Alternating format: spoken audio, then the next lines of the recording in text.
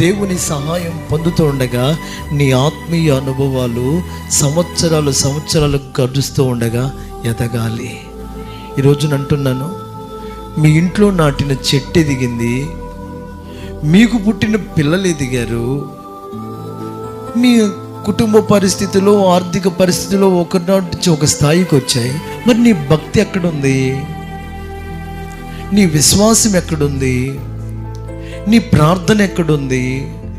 నీ ఆత్మీయ జీవితంలో ఒక అడుగు ఎదిగావా? ఎప్పుడన్నా నీ బుద్ధిలో బైబిల్ చదవాలి అనే ఒక ఆరాటం కలిగిందా? ఆ ఆరాటం రోజు కలిగిందా? మోకరించి ప్రార్థన చేసి దేవుడితో మాట్లాడి దేవుని కృప పొందాలని ఆ ప్రేరణ కలిగిందా? రోజు కలుగుతుందా? కాబట్టి ఈ సంవత్సరం పరిశుద్ధ స్థలములో నుండి మీ